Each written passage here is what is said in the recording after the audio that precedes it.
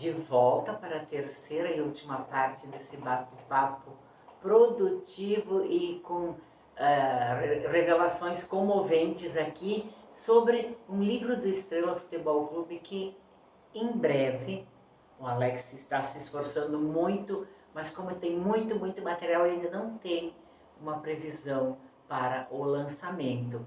E eu, como falei no encerramento do outro espaço, quero saber, Alex, quais são as relíquias que você tem dos lendários, históricos, clássicos, Rei da Barranca, do Rio Taquari, Choque Rei, das histórias de rivalidade, de atravessar o rio com a torcida do outro lado no encalço. Temos isso, Alex?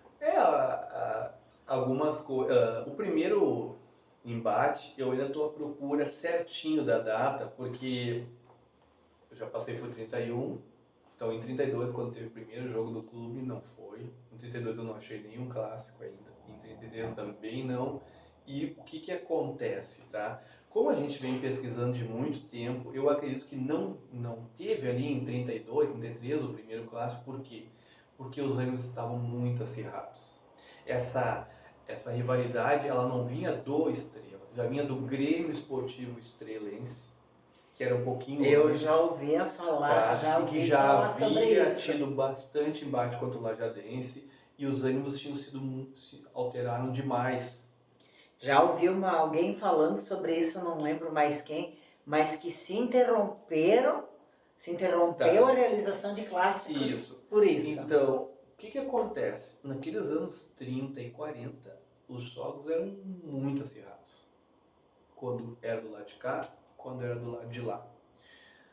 Tanto que foi proibido, durante o governo Getúlio Vargas, tá? Que era uma ditadura, né? Então as coisas vinham de cima para baixo. A Secretaria de Justiça proibiu a realização dos jogos. Isso é histórico, isso está comprovado, veio de só, vocês não podem jogar. Mãe, por exemplo, eu não sabia dessa informação, isso é uma revelação fantástica. Isso não pode ocorrer, os jogos foram proibidos, e eu fui atrás e achei a informação e não pode. Por quê? Porque realmente eram sistemas diferentes. Antes de 52, quando a Federação Gaúcha introduziu o profissionalismo no Rio Grande do Sul, existia então um campeonato amador, que mais ou menos era uma segundona, tá? Não dá para chamar de segundona, mas era, tá? Por quê? Porque também tinha os times de Caxias que eram grandes que participavam, então eram regionalizadas as competições, tá? E depois ia para o final, num local jogar final. Então jogava uma zonal leste, que comportava aqui o Vale do Taquari e a Serra. O outro pessoal jogava uma outra zonal e assim ia. Então praticamente era uma segundona mais reforçada. Tá? Então haviam muitos clássicos nessas épocas. Só que uma curiosidade, se jogava muita taça. Às vezes o prefeito de Lajeado oferecia uma taça da amizade. Sim, ou então 50 anos de Lajeado. 50 anos, isso então, tinha muito. Se existia muito disso aí. Uma das histórias que eu posso contar, que então, como clássico, um bom tempo sem jogar, foi oferecido então não me lembro se foi pela municipalidade de Lajeado ou de Estrela, mas o jogo ocorreu lá em Estrela, uma Taça da Paz. Foi feita a Taça da Paz. Tô louca pra saber como é que esse tempo faz. Essa Taça da Paz, o que aconteceu? O jogo não foi entregue. Não foi entregue a taça. Essa era a minha curiosidade, né? Não resolveu. Chegou a um certo momento do jogo, a coisa desandou. Muita violência e gente escondida embaixo de caminhão, porque não tinha nem alambrado o estádio, né? Lá em Estrela. Aqui também não tinha. Acho que ninguém tinha. Acho que ninguém tinha naquela época, né? Então isso os ônibus já se acirravam. Então eu tô contando do lado de lá, porque como eu pesquisei pelo lado de lá, né? Então esse jogo foi a Taça da Paz. Esse jogo acabou que foi o tal do jogo então que o pessoal brigou, outro teve que passar pelo Passo ali para vir para Lajeado. Como a torcida do Estrela em Calço. Essa história é são famosa. histórias que estão lá escritas, então dá para dizer que elas ocorreram. Claro que deve ter um pouco de folclore, né? Mas que essa rivalidade é muito real, até não muito tempo. Eu infelizmente não peguei, mas até não muito tempo ainda tinha rivalidade. Por exemplo, lá nos anos 50, que o Estrela formou uma grande equipe de 50 a 54, tanto que o Estrela começou a construir o estádio em 48 e em 51 ele inaugura contra o Juventude, porque como estava num grande momento, os recursos iam muito mais fáceis. Isso o próprio Bertoldo conta numa entrevista que eu tenho. Né? Lá em 73, dizendo que foi muito fácil construir o estádio, porque tinha muito recurso. Porque o clube estava muito bem. Então, de 50 a 54, o Estrela foi bicampeão do Vale do Taquari, que era um grande título. Né? Foi campeão da Zonal Leste em 54 e foi 2 vezes vice-campeão. Gente, isso é muita coisa para um time pequeno. Tá? Então, ali, em 55, começou daí um pouquinho, o Lajeadense já ter um time melhor. Quando eu fui pesquisar, estava o jornal de Lajeado, da época, a Voz do Alto Taquari, se não me engano, criticando o Clube de Estrela, porque tinha trazido muita gente de fora, que tinha que jogar o pessoal daqui, que era muito uma marca daquela época, a maioria do pessoal era daqui. Tá? E dos clássicos, houve clássicos, por exemplo, que foram jogados em Santa Cruz, né? Teve clássico que foi jogado no Olímpico, quando foi feita a junção de vários clássicos do estado, o Baguá, que riqueza de material, o clássico, se não me engano, de Pelotas, de Caxias, o Grenal, uma coisa, sabe? Isso vai ser um livro que a gente vai ler no... E depois teve clássicos jogados em Bom Retiro do Sul, coisa assim, que para vocês verem o tamanho do jogo. E era comemorado até empate para tirar o outro fora. Quando teve jogar pelo empate para tirar fora.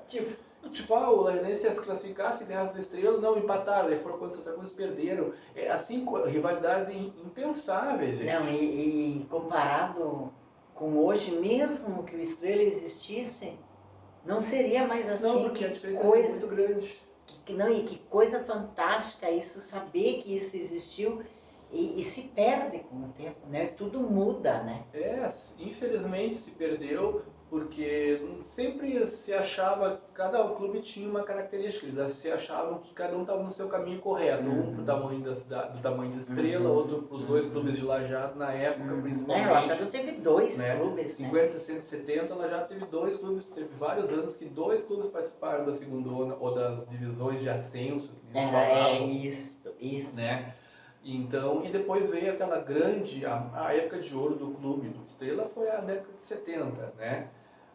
Com o aporte da prefeitura, com um time também com bastante gente da cidade, aqui de Lajeado, Estrela, gente de perto, né? Conseguiram fazer uma base, eles vieram trabalhando uma base, lá em 75 subiram com o gol do Palito, lá encantado aos 45 do segundo tempo.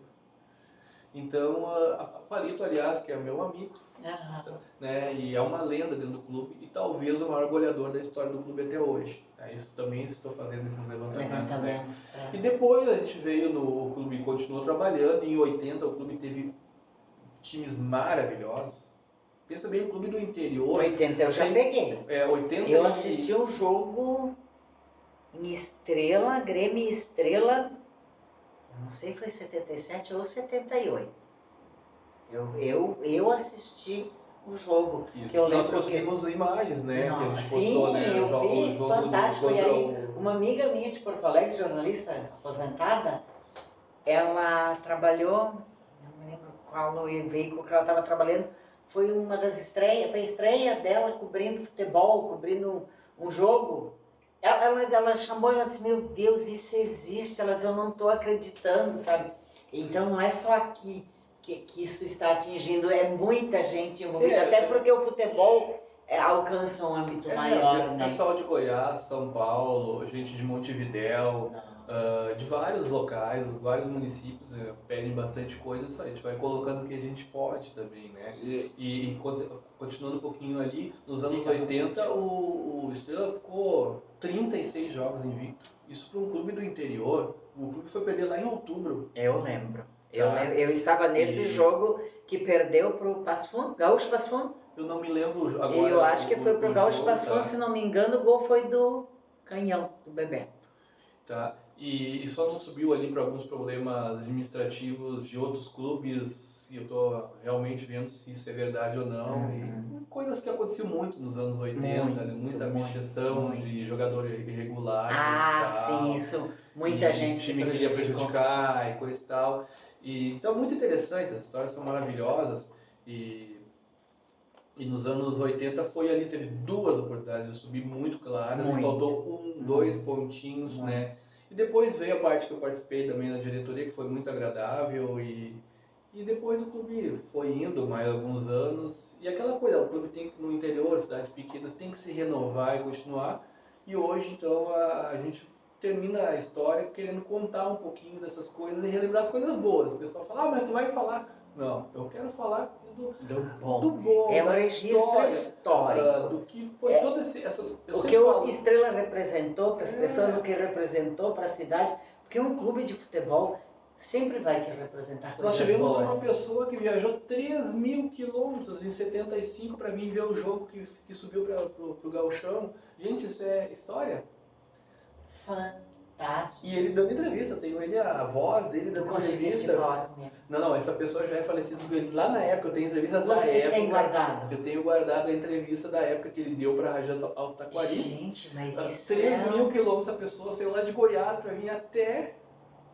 Foi de Goiás. Isso é tipo, quase 3.000 quilômetros. Isso é tipo abrir uma pensa caixa. Bem, quase 50 anos atrás para tu sair de Goiás, Nossa. lá da pontinha do Goiás, lá em cima, que ainda era um Goiás só, hoje é Imagina Goiás, Tocantins, quantos dias ele demorou para vir para chegar até ali, porque ele era ex-jogador, ele veio e foi no jogo e fez a festa na frente da prefeitura, deu entrevista e eu mandei pro filho dele, porque ele já é falecido, o filho dele só teve que me agradecer. Eu imagino sentindo a voz, escutar o pai. Eu imagino. Né?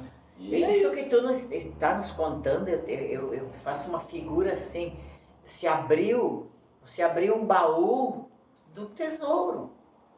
Porque se você não toma essa iniciativa, Alex, de resgatar isso, onde é que isso ia parar? Que bom que tu tivesse essa iniciativa, que tu abriu esse baú e vai guardar num baú que não vai mais terminar, né? Porque livro não tem fim, como aquelas fotos antigas de altíssima qualidade, não tem fim. Eu conheço fotos de 100, 100 e poucos anos que estão perfeitas.